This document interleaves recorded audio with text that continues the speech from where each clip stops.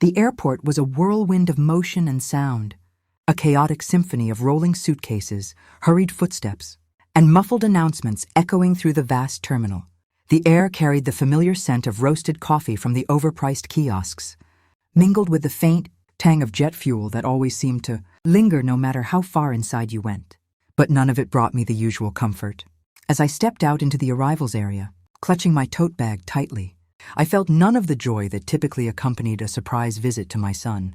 Instead, a heavy, icy knot twisted deep beneath my ribs, an anxiety so profound it felt like a physical weight pressing down on my chest. I am Oilia Vance, a woman in my late 60s, disciplined and accustomed to planning every detail of my life weeks, if not months in advance. I run, or rather, ran, a successful logistics company up north in Chicago, where sharp winds and even sharper business dealings had forged me into someone who valued control above all else. Yet here I was, halfway across the country in this humid southern city, having dropped everything to buy a ticket on the next available flight. No warning, no phone call to announce my arrival. Just an impulsive decision driven by a mother's instinct that something was terribly wrong.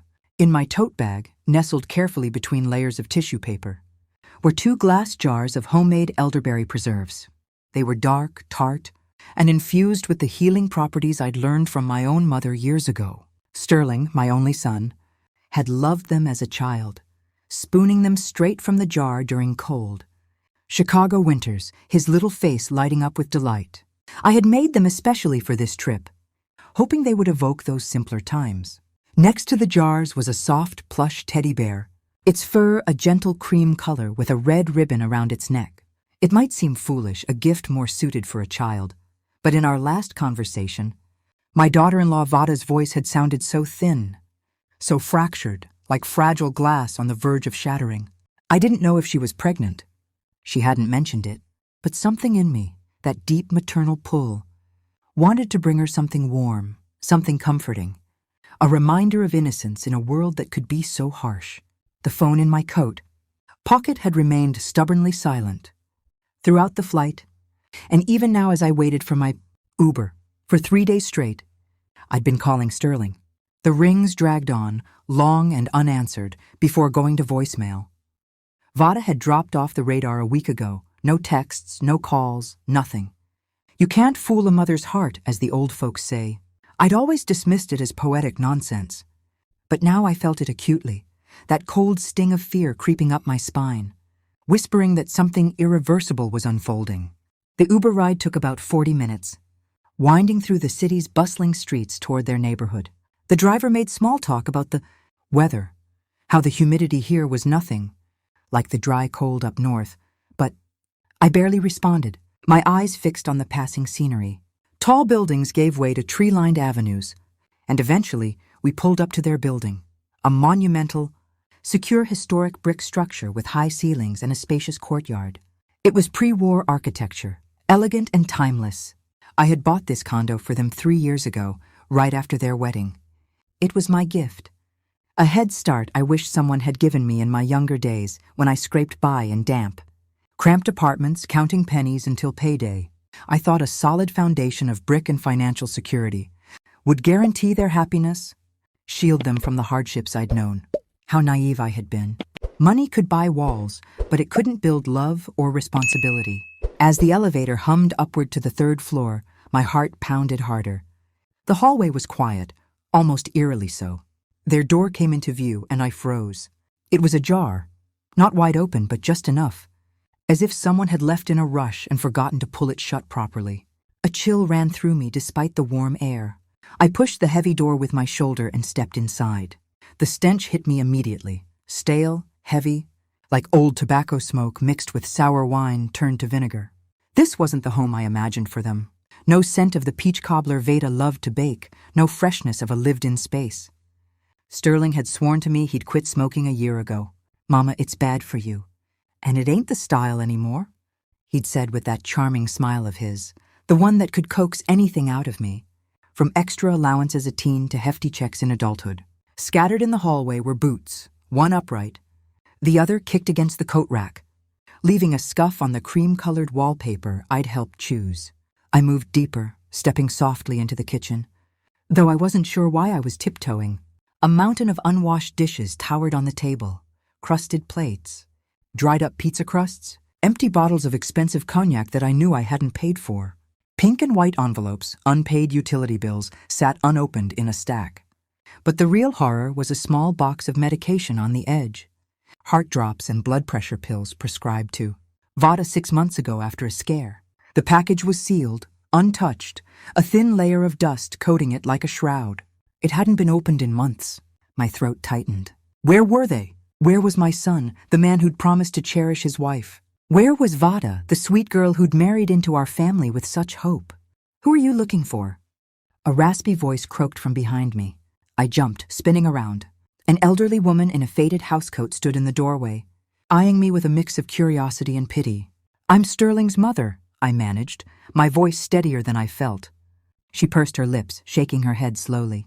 Oh, honey, I don't know where your Sterling is. Out running the streets somewhere, I reckon. Music was booming in here till morning 3 days ago, loud enough to rattle my walls. But your girl, Vada? The ambulance took her. 2 or 3 days ago.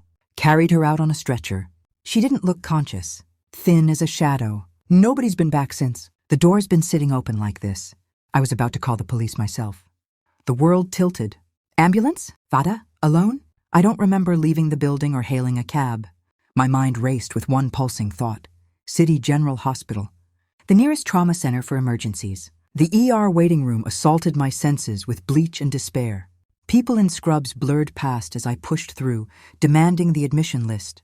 Jefferson, Vada's married name, was logged in the ICU.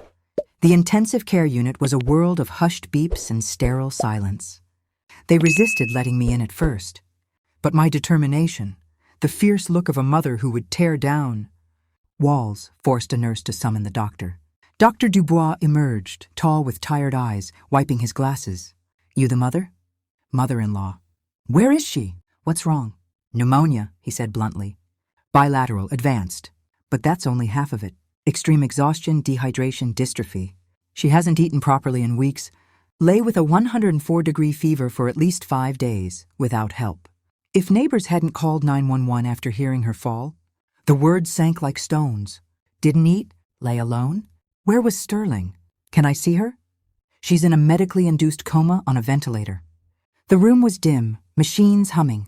Vada lay entangled in tubes, her face gaunt, cheekbones sharp enough to cut skin.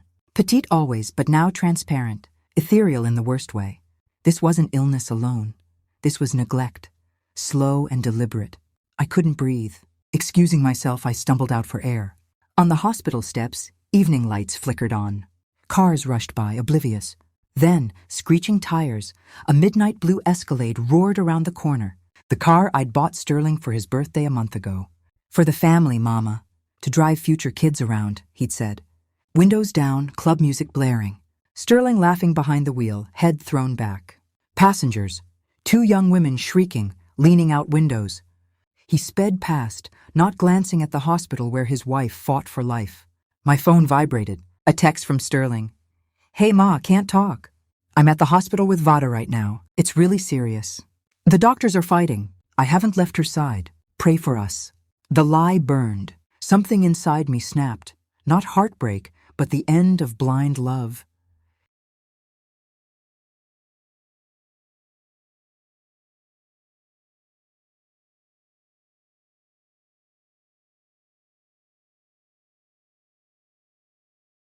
Clarity descended, cold and sharp.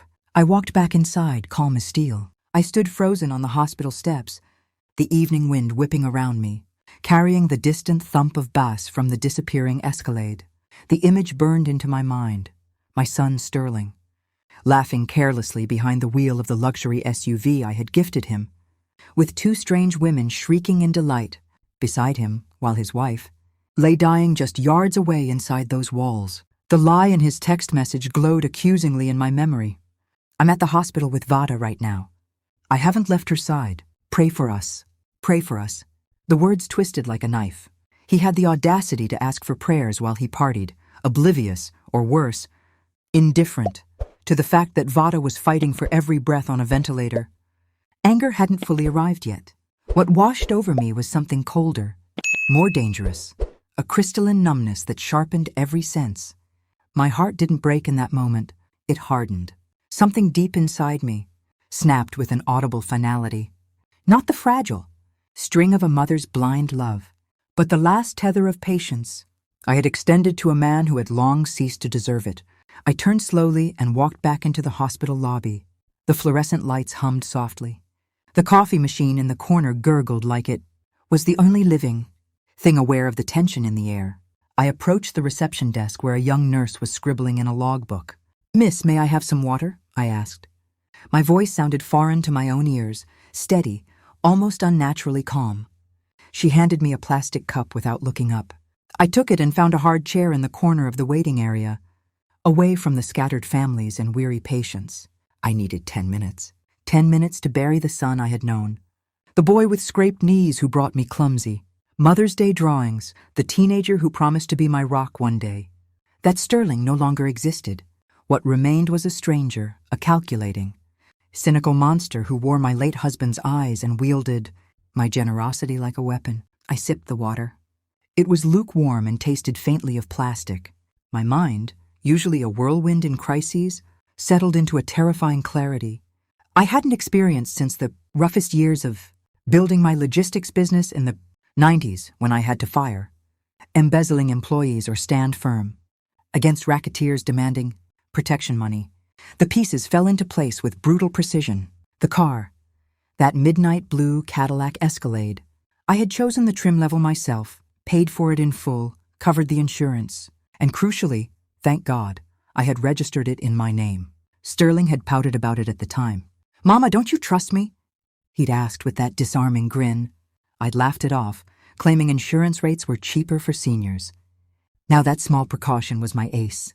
On paper, the vehicle was mine. He drove it only because I allowed it, and that allowance had ended the instant I saw his laughing face through the tinted window as he sped past his dying wife. I pulled out my phone. My hand did not tremble, not once. I dialed 911. 911, what is your emergency? The dispatcher's voice was tired but professional. "Good evening," I replied, my tone clear and deliberate, each word landing like a gavel strike.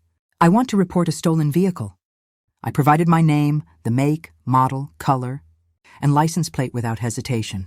When asked where and when the theft occurred, I said, "I just observed my vehicle, a blue Escalade traveling down Martin Luther King Jr. Drive toward the entertainment district.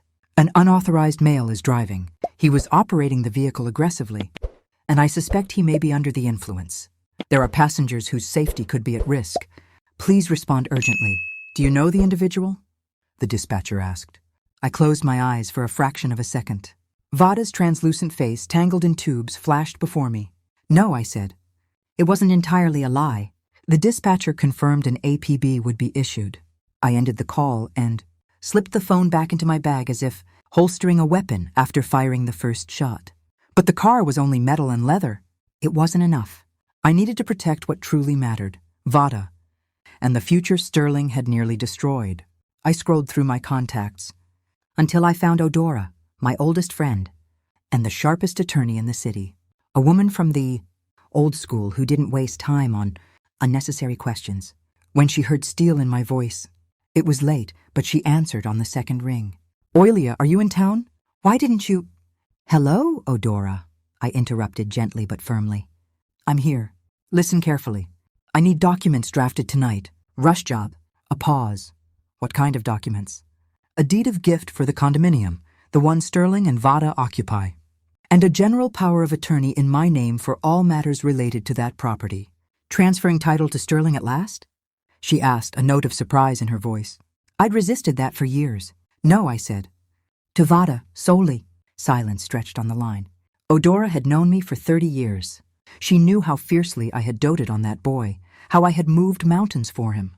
"To Vada," she repeated slowly. "Oilia, are you certain? That's a 7-figure property." "I have never been more certain of anything in my life," I replied.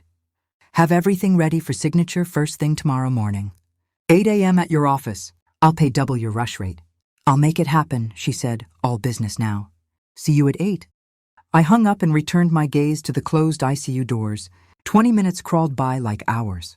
I pictured patrol cars with flashing lights pulling the Escalade over, the music dying abruptly, the smirk sliding off Sterling's face as reality crashed in. Then my phone rang, an unknown local number. "Oilia Vance," I answered. "This is Officer Bradshaw. We've located and detained a vehicle matching your report on Peachtree Street. The driver is a male identifying himself as Sterling Vance. He's uncooperative, claims to be your son and that you gifted him the vehicle." In the background I heard shouting, a scuffle. Sterling's distorted voice. "That's my mother! She'll explain everything," the officer continued. "If you confirm the vehicle was loaned or gifted, we'll release him with citations, possible DUI among them." I drew in a slow breath of sterile hospital air, picturing Vada alone in her coma while he partied. "Officer," I said without a tremor, "my son Sterling is currently in the ICU at City General Hospital, sitting vigil by his critically ill wife's bedside. He has not left her side. The individual you have detained is impersonating my son. I do not know him." A beat of silence as the officer processed. "Understood, ma'am. We'll proceed accordingly. Grand theft auto, resisting possible fraud." "Thank you, officer. Do your duty." I ended the call and looked at my reflection in the dark lobby window. The woman staring back was unfamiliar, but I recognized her strength. She was ready for war. The next 48 hours blurred into a relentless gray haze. I all but moved into the hospital. I met with the chief of medicine, arranged a private room, hired round-the-clock private nursing. Money, as it often does, opened doors that remained firmly shut to others. I sat by Vada's bed for hours, holding her fragile hand, speaking softly to fill the silence so death wouldn't dare intrude. I spoke of autumn leaves back home, of the sweet potato pies we would bake together when she recovered. Anything to anchor her to life. During those hours, Sterling languished in a holding cell. I knew because jail numbers periodically lit up my phone. He used his calls on me, never on a lawyer or anyone who might actually help. I let them ring through to voicemail. One message I listened to in the hallway, phone pressed tight to my ear. "Mama, where are you? Why aren't you answering? This is insane. They're saying you reported the car stolen. Are you crazy? Get down here with the papers and tell them it was a mistake. I'm in here with actual criminals, Mama. It stinks." Not a single word about Vada. Not one question about her condition. Only his discomfort, his entitlement. He still believed she was at home, silent and waiting like a loyal pet. He had no idea she hovered between life and death. Between bedside vigils, I returned to the apartment once more. I needed Vada's identification documents for the private room transfer. The stale stench greeted me again, but I moved methodically. In their bedroom dresser, beneath neatly folded linens, I found an old diary, worn leather cover, pages filled with Vada's handwriting. It wasn't mere journaling, it was a chronicle of quiet desperation. I opened at random. March 12th, Sterling. Asked for money again. For business. Connections. I gave him my last $400, saved for the dentist. My tooth aches constantly, but he said without a new outfit. Deals would fall through and we'd be homeless. April 20th. He screamed that the apartment is really his. His mother bought it. Said if I complain about him not working, he'll kick me out. I'm terrified. Nowhere to go. Mom's gone. Dad's far. I have to endure. May 5. He lost Grandma's gold ring, but I found the pawn ticket. Bought himself a watch with the money. Said I don't need jewelry anyway. I just sit at home. My vision blurred, not from tears, but from a rage so pure it threatened to consume me. He had weaponized my gifts, my love, to terrorize this gentle girl. He hadn't just neglected her. He had systematically dismantled her dignity. I took the diary, not for court, but for my own resolve, so that when he inevitably came crawling, I would not waver. Back at the hospital, I resumed my vigil. The steady beep of the heart monitor became my only music. "You are not alone anymore, baby girl," I whispered to Vada's still form. "I see you. I know everything now. He will never hurt you again. I promise." Several more hours passed. Dawn approached on the third day. I dozed in the chair, exhaustion finally claiming me. Then, a faint flutter, like a butterfly wing against my palm. Vada's fingers twitched in mine. Her eyelids fluttered, lifting slowly. Her gaze was unfocused, clouded with medication and fear. Then it sharpened slightly, landing on me. Terror flooded her eyes, primal, bone-deep. Her lips moved beneath the oxygen mask. I leaned close. "Don't let him in," she rasped, voice dry as autumn leaves. Please, don't let him in. My heart clenched. Who, sweetheart? She squeezed my hand with surprising strength, tears spilling. Sterling?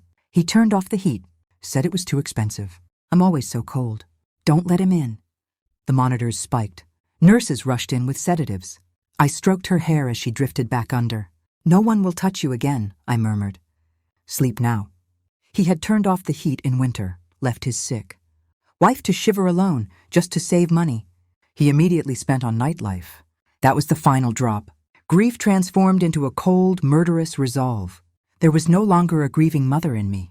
There was only a judge, and the verdict was final.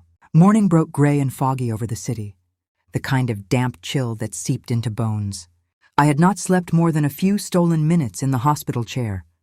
Yet I felt no fatigue, only a steady, liquid resolve coursing through my veins like nitrogen, cold and unyielding. Vada's whispered words from the night before echoed relentlessly in my mind. He turned off the heat. I'm always so cold. Don't let him in. Those words were the final indictment. They transformed every lingering doubt into certainty. What he had done was no longer mere irresponsibility or immaturity. It was deliberate cruelty. He had chosen, day after day, to let his sick wife freeze and waste away while he chased pleasure. There was no more room for negotiation inside me. The mother who would have moved heaven and earth for her son had died on the hospital steps the evening before. In her place stood a woman who would protect the innocent at any cost. An Uber carried me across town to Odora's law office in 20 minutes flat. The streets were still half asleep, street sweepers pushing brooms, delivery trucks idling, the city rubbing its eyes.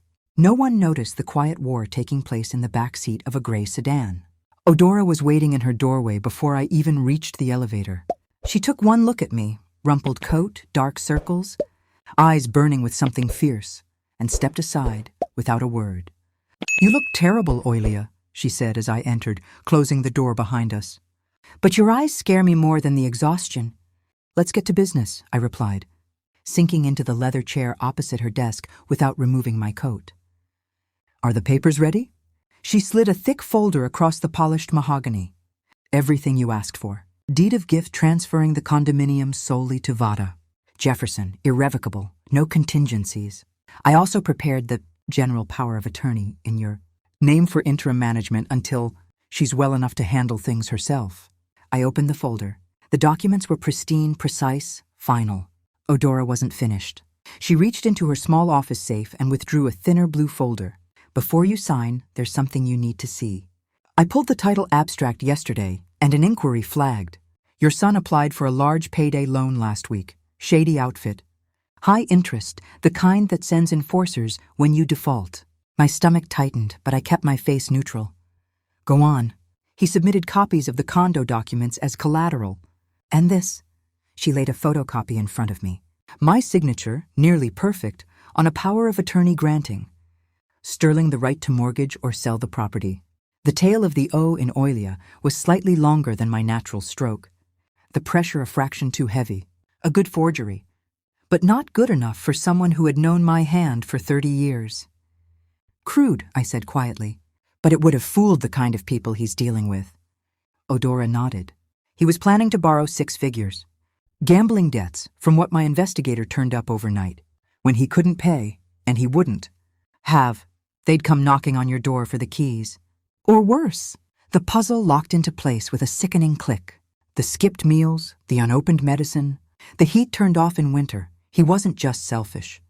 He was liquidating everything around him to feed an addiction. Vada's health, her dignity, my trust, the roof over their heads, all fuel for slot machines and card tables. I picked up the heavy Parker pen Odora offered. Where do I sign? She watched me for a long moment. Oilia, this is irreversible. Once recorded, the property is Vada's alone. Sterling will have no legal claim. Good, I said, and began signing. With every stroke of the pen, I severed another strand of the past. 3 copies, sweeping and deliberate. When I finished, I capped the pen and pushed the folder back. File electronically for immediate registration, I instructed. I wanted official within the hour. Odora stamped the documents with her notary seal. Already arranged. By 9:30 this morning, the county records will reflect Vada Jefferson as sole owner. I stood. One more thing. The Escalade, It's in police impound after last night. I'm authorizing trade-in and immediate sale. Eudora raised an eyebrow but didn't question it. She knew better by now.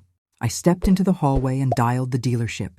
Manager who had sold me the SUV, Alex, recognized my voice instantly and greeted me with the deference reserved for valued clients. Alex, the midnight blue Escalade I purchased last month is currently at City Impound. As titled owner, I'm authorizing you to retrieve it today with a tow truck. Documents are couriered to you within the hour. Of course, Miss Vance. Shall we deliver it to your residence for service? No, take it directly to trade-in. Sell it today, whatever the wholesale buyers offer. I'm aware there will be a loss. I don't care. A pause. Sell it today? It's practically new. Do it. I cut in gently but firmly. One condition, the proceeds are not to be wired to my account. I'm sending separate instructions for direct transfer to City General, Hospital's charity fund. Purpose, treatment and rehabilitation of Vada Jefferson. I understand. We'll handle it immediately. I ended the call and checked the time. Barely 8:40. Already. The ground beneath Sterling's feet was crumbling faster than he could comprehend. My phone pinged a bank notification confirming the state filing fee had been processed. The condo was now legally Vada's. I returned to the hospital long enough to hand the chief, physician, a receipt for upcoming funds from the car sale. Spare no expense, I told him. Whatever she needs, specialists, therapy, nutritionists. Bill the charity account directly. He assured me they would. As I left his office, my phone lit up again, this time with an unknown local number. A young woman's voice, high-pitched and entitled. Hello, is this Sterling's mother? Who is this? Candy. I was with him in the car when the cops pulled us over last night. Listen, your son told everybody that Escalade was his, big businessman, all that. Now the police are saying it's stolen. Are y'all running some kind of scam? I almost laughed. Almost. Candy? I said softly, letting a hint of sweetness coat the steel. Sterling lied to you. He has no car. He has no business. He has no apartment. He lives off his librarian wife and his retired mother. What? The squeal was satisfying. But he promised me Miami. Your Miami trip just got rerouted to the unemployment line, dear. Goodbye. I hung up before she could respond. A moment later, a message from Sterling. Mama, they released me. It was hell. I'm coming home. We need to talk seriously. You owe me an explanation for this circus. He still believed he held the upper hand. He was heading to an apartment that no longer belonged to him, to a wife he had nearly killed, convinced his charm would reset everything. I checked my watch. 2 hours had passed since I authorized the trade-in. The Escalade was likely already gone. Social media moved faster than justice. Eudora forwarded me a screenshot minutes later. A public post from user Queen Candy 99. Yo ladies, stay away from Sterling. Vance. Fake flexing in a car that belongs to his mama. Bro is broke, lives off his wife, and his own mom called the cops on him. Embarrassing, eh? Don't hit my line again, loser. Checkmate on the social front. I took up position in the hospital lobby. Directly across from the elevators, a volume of James Baldwin open on my lap but unread. I was waiting. 40 minutes later, the elevator dinged.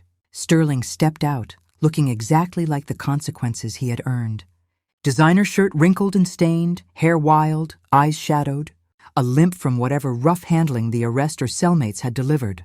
He scanned the lobby, not for a doctor, not for his wife's room, but for me. When he spotted me, he strode over, face twisted in righteous fury. Finally, he barked loud enough to startle a dozing nurse. Mama, what did you do? Do you even realize? They kept me 2 days in a tank with actual criminals. He loomed over me, expecting the usual reaction, me leaping up, apologizing, fixing everything. I didn't move. I closed the book slowly and met his eyes with desert calm. Hello, Sterling, I said quietly. You smell. Go shower before you shout in a hospital. His mouth opened and closed like a stranded fish. Smell? Mama, are you insane? You reported me to the police. You said I stole my own car. You embarrassed me in front of my friends. Candy's blowing up my phone. I know, I replied. She told the truth. You are a loser, Sterling. The word struck harder than any slap. Red blotches exploded across his face. How dare you? You have no car, I continued evenly. Sold an hour ago. Proceeds paying for the wife you nearly killed. His eyes bulged. You didn't. You have no home. The condo was transferred to Vada this morning. You are not on title. You are not even on the lease. He swayed as if the floor had tilted. You're lying. You're trying to scare me. He spun toward the ICU doors. Vada! Vada will fix this. She loves me. He managed exactly 2 steps inside the ward.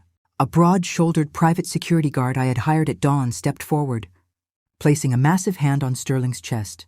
Unauthorized male visitors prohibited, the guard rumbled. I'm her husband! Sterling shrieked, trying to push past. The guard didn't budge. Monitors in Vada's room spiked at the shouting. Take him out, I said from the doorway, voice quiet but carrying. The guard obliged, escorting Sterling back into the corridor with effortless strength. The door closed firmly behind them. Sterling stood panting, disheveled, stripped of every prop he had used to prop up his ego. Then the mask shifted. Anger gave way to practiced desperation. He sniffled, stepped closer. Mama, I'm sorry. I got confused. Help me. They're going to kill me, the people I owe. He dropped to his knees in the hallway, grabbing my coat hem theatrically. Mommy, forgive me. I'll change. I'll get a job. Just put everything back, please. Staff glanced but kept moving. He was counting on an audience to shame me into capitulation. I looked down at him, at the dirty fingers clutching cashmere, at the crocodile tears, and felt only disgust. Stand up, I said. I won't until you forgive me, he wailed louder. Stand up. The whip crack in my voice made him flinch. He rose slowly, still sniffling. You say you're my blood, I began, voice low and lethal. That is my greatest shame. I gave you everything, education, opportunities, love, and you became this. I withdrew the certified copy of the new deed from my bag and held it up. See the registrar's stamp? Vada owns the condo, solely. His eyes darted across the lines, pupils blown wide. But if she dies, he whispered, the thought escaping before he could censor it. I smiled without warmth. Thinking inheritance? Don't. I produced the second document, my newly rewritten will. Read the highlighted portion. He did, voice faltering. All property, accounts, and assets to Hope for Paws Animal Shelter. You're leaving everything to cats? He screamed, dropping the repentant act entirely. Cats are grateful when fed, I replied. And they don't let the sick freeze. His face twisted into pure malice. I'll contest it. I'll say you're senile. Try, I invited. I have a psychiatric evaluation dated this morning. Perfectly sound. You, however, I folded the papers away. New locks and alarm system go in this afternoon. Try to enter without Vada's permission, and you'll be arrested again, this time without my interference. The reality crashed over him. No car, no home, no inheritance. Mounting debts. Mama, they'll kill me. Give me money to settle, just enough to disappear. No, I said simply. You made this bed of nails. Lie in it. You monster, he spat. I hate you. I hope you die with her. Feelings mutual. Security appeared at the end of the hall, summoned by the raised voices. Sterling glanced at them, panic flaring. This isn't over, he hissed, backing away. You'll regret this. Then he fled toward the stairwell. I knew exactly where he was running. The apartment, to grab whatever valuables he could before the locks changed. I dialed Odora. He's en route. Are the locksmiths there? On site, she confirmed. Police supervision as requested. We'll greet him properly. I returned to Vada's side. The worst had passed for her. For Sterling, the real consequences were only beginning. I knew exactly where. Sterling would run the moment. Security escorted him from the ICU corridor. Not to a friend's couch. Not to a cheap motel to lick his wounds. He would race straight to the condominium, convinced there was still time to salvage something. A laptop, the flat-screen TV, Vada's remaining jewelry, whatever cash he might have stashed. Anything he could pawn or sell to buy himself. A few more days of running from the consequences. He had spent years accumulating. He still believed the apartment was his kingdom. He had no idea the locks were already changing. I did not chase after him. There was no need. I had arranged the reception committee hours earlier. Instead, I returned to Vada's private room. The monitors beeped steadily now, her breathing more even under the careful calibration of oxygen and medication. A private nurse adjusted an IV line, then gave me a small nod. Progress, slow but undeniable. I sat beside the bed again, taking Vada's hand. It was warmer than it had been the day before. The color in her cheeks was no longer the gray translucence of near death, but the faint pink of someone beginning to climb back toward life. Rest easy, baby girl, I whispered. It's almost over. My phone buzzed softly. Odora. He just arrived, she said without greeting. running up the stairs like the building was on fire. Locksmiths are halfway through the new deadbolts. Officers are here. We're ready. Record it if you can, I replied. Not for court, just for me. Already rolling on my phone. You'll have the satisfaction later. I ended the call and waited.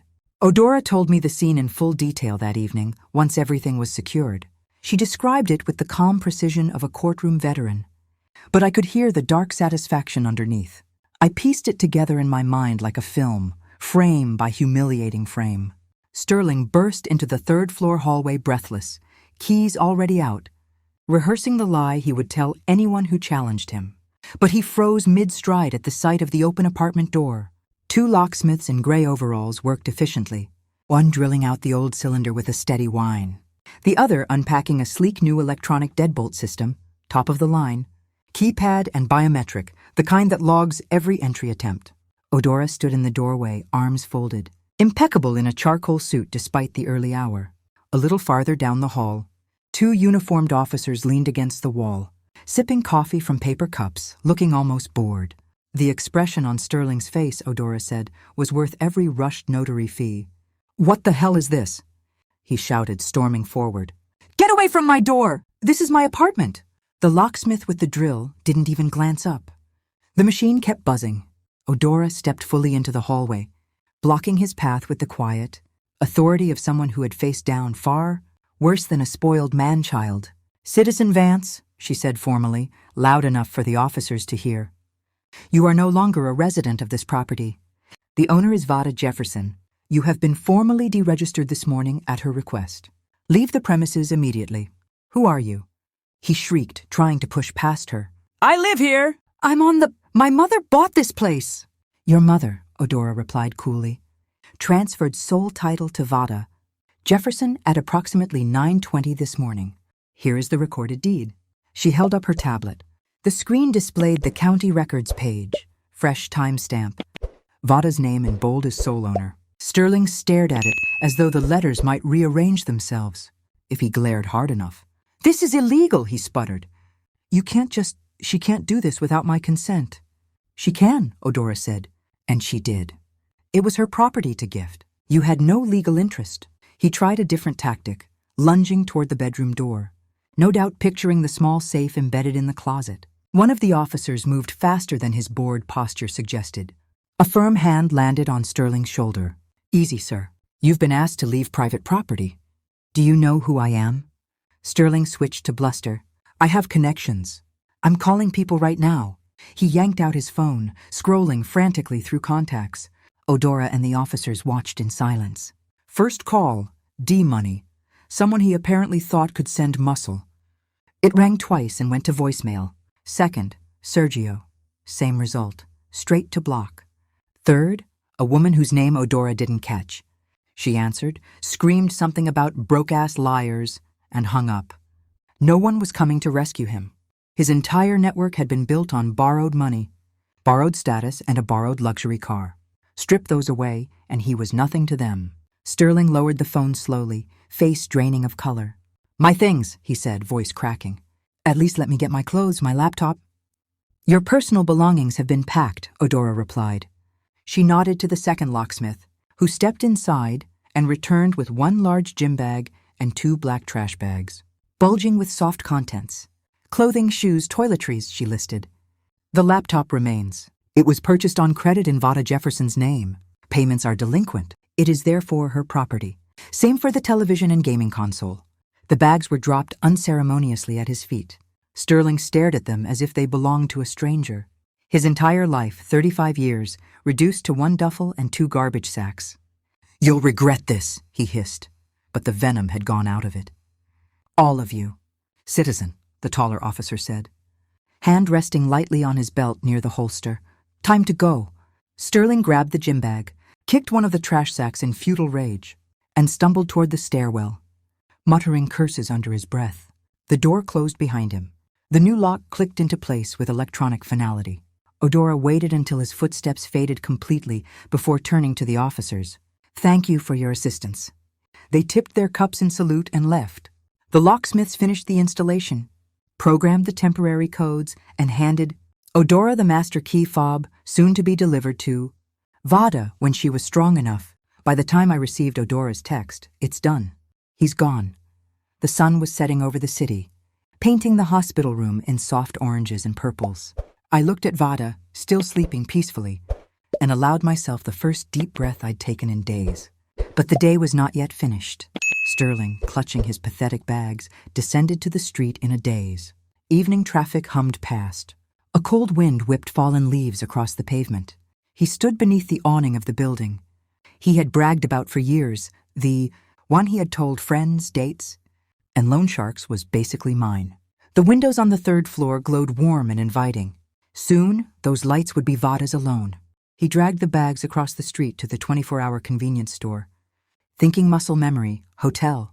He would check into the plaza, order room service, figure out a new angle tomorrow. Mama always caved eventually. He inserted his gold supplementary card, linked to my account, into the ATM.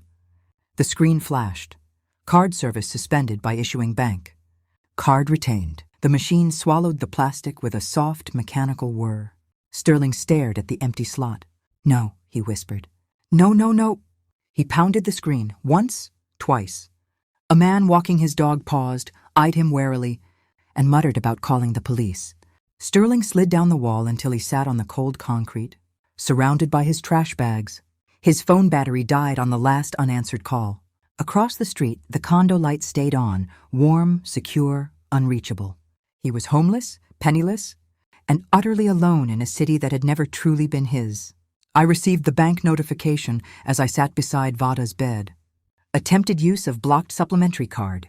Card retained by device. I silenced the phone, leaned back in the chair, and closed my eyes. Justice, I discovered, could be quieter than vengeance and far more thorough. 6 months later, autumn had returned, this time gentle and golden. I sat on the balcony of the condo, now bright with new paint, thriving plants, and the faint scent of oil paints and thyme tea.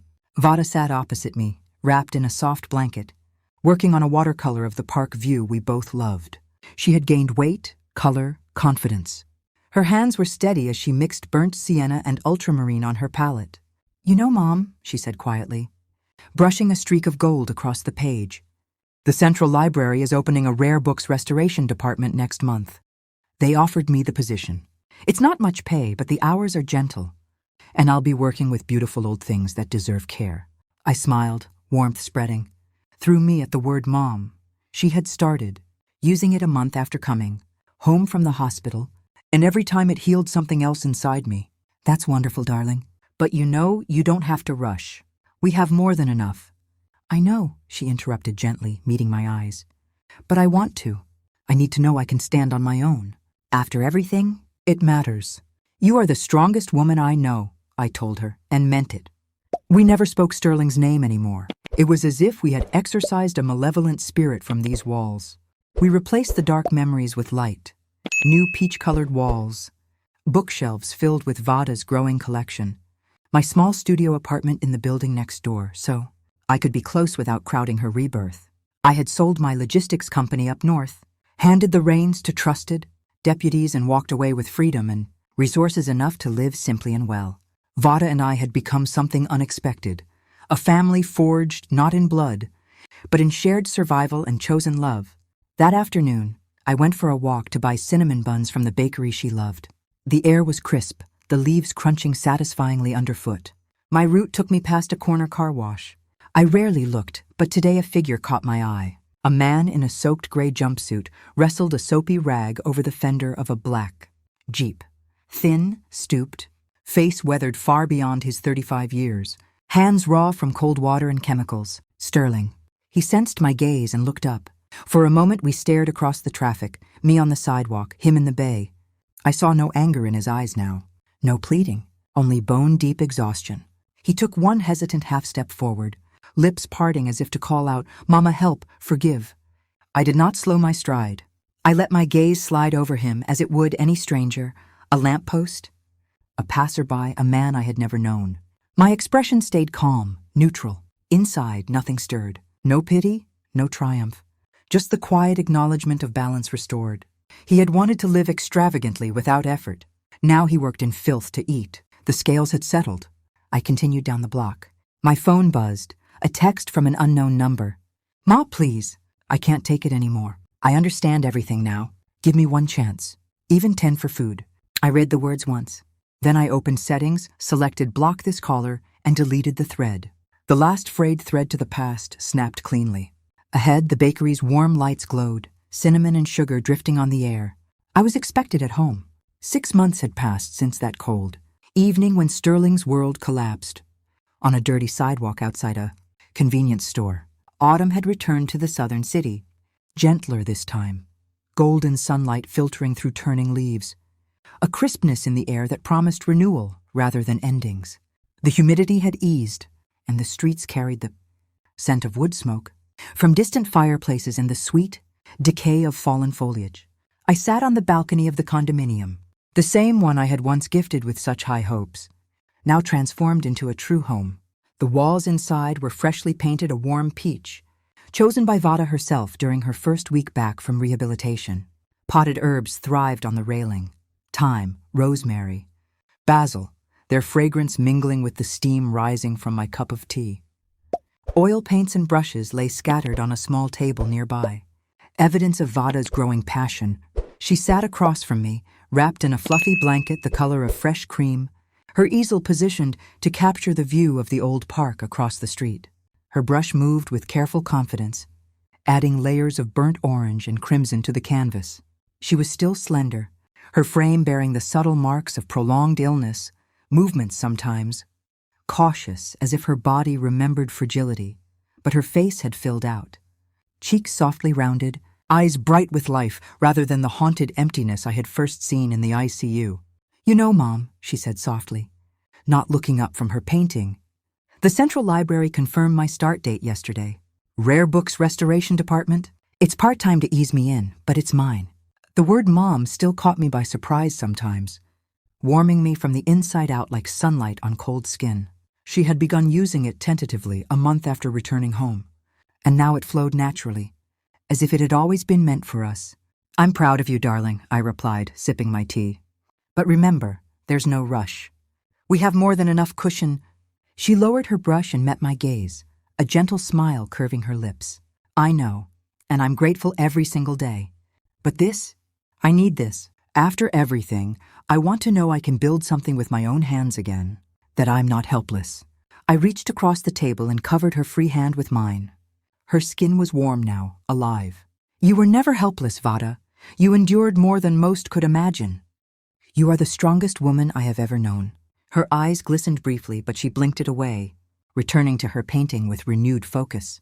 We sat in comfortable silence, the kind that exists only between people who have walked through fire together and emerged on the same side. We never spoke Sterling's name anymore. It had become an unspoken agreement, as if uttering it might summon the shadow back into our light. His presence had been thoroughly erased from these walls, old furniture replaced, tobacco stench scrubbed out and overwritten with lemon polish and fresh paint. Even the memories felt distant now, like a storm that had passed, leaving clearer skies in its wake.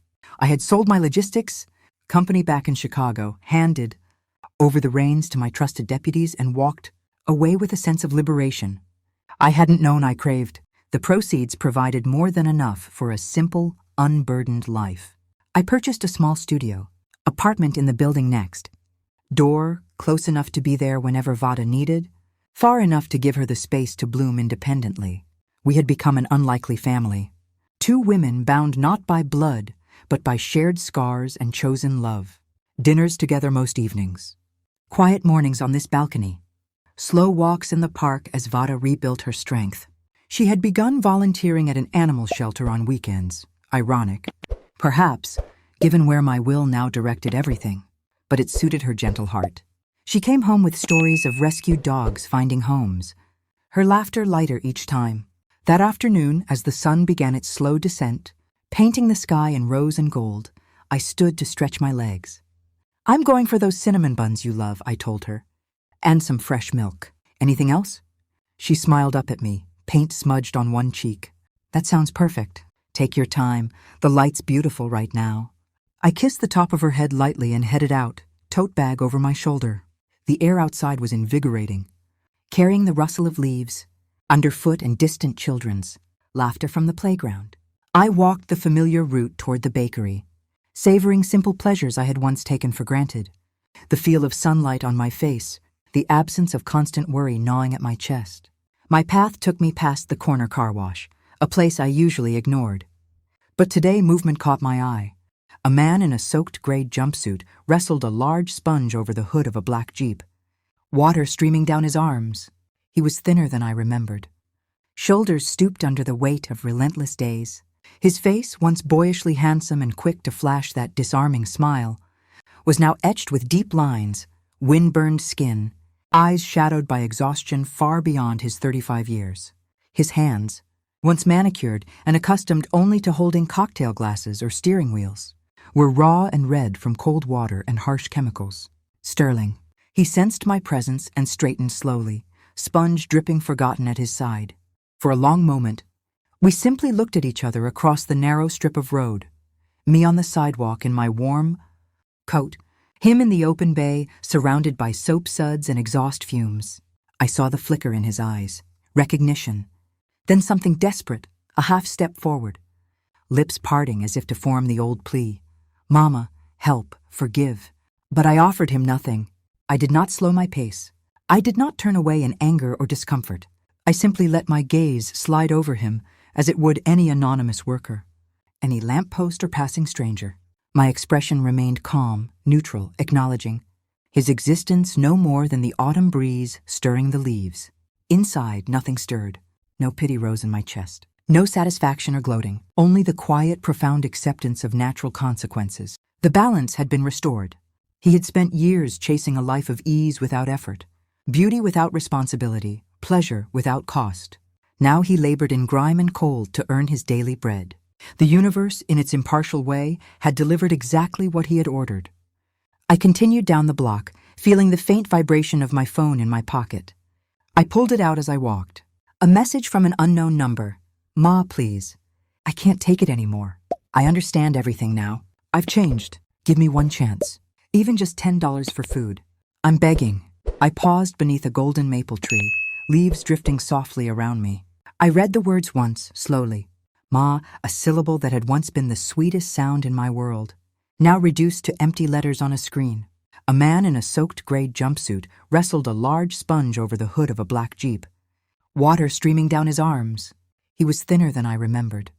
Shoulders stooped under the weight of relentless days.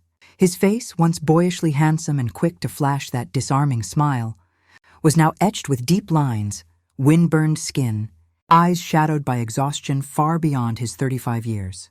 His hands, once manicured and accustomed only to holding cocktail glasses or steering wheels, were raw and red from cold water and harsh chemicals. Sterling. He sensed my presence and straightened slowly, sponge dripping forgotten at his side. For a long moment, we simply looked at each other across the narrow strip of road, me on the sidewalk in my warm coat, him in the open bay, surrounded by soap suds and exhaust fumes. I saw the flicker in his eyes, recognition, then something desperate, a half step forward, lips parting as if to form the old plea, "Mama, help, forgive." But I offered him nothing. I did not slow my pace. I did not turn away in anger or discomfort. I simply let my gaze slide over him as it would any anonymous worker, any lamppost or passing stranger. My expression remained calm, neutral, acknowledging his existence no more than the autumn breeze stirring the leaves. Inside, nothing stirred. No pity rose in my chest. No satisfaction or gloating. Only the quiet, profound acceptance of natural consequences. The balance had been restored. He had spent years chasing a life of ease without effort, beauty without responsibility, pleasure without cost. Now he labored in grime and cold to earn his daily bread. The universe, in its impartial way, had delivered exactly what he had ordered. I continued down the block, feeling the faint vibration of my phone in my pocket. I pulled it out as I walked. A message from an unknown number. "Ma, please. I can't take it anymore. I understand everything now. I've changed. Give me one chance. Even just $10 for food. I'm begging." I paused beneath a golden maple tree, leaves drifting softly around me. I read the words once, slowly. Ma, a syllable that had once been the sweetest sound in my world, now reduced to empty letters on a screen.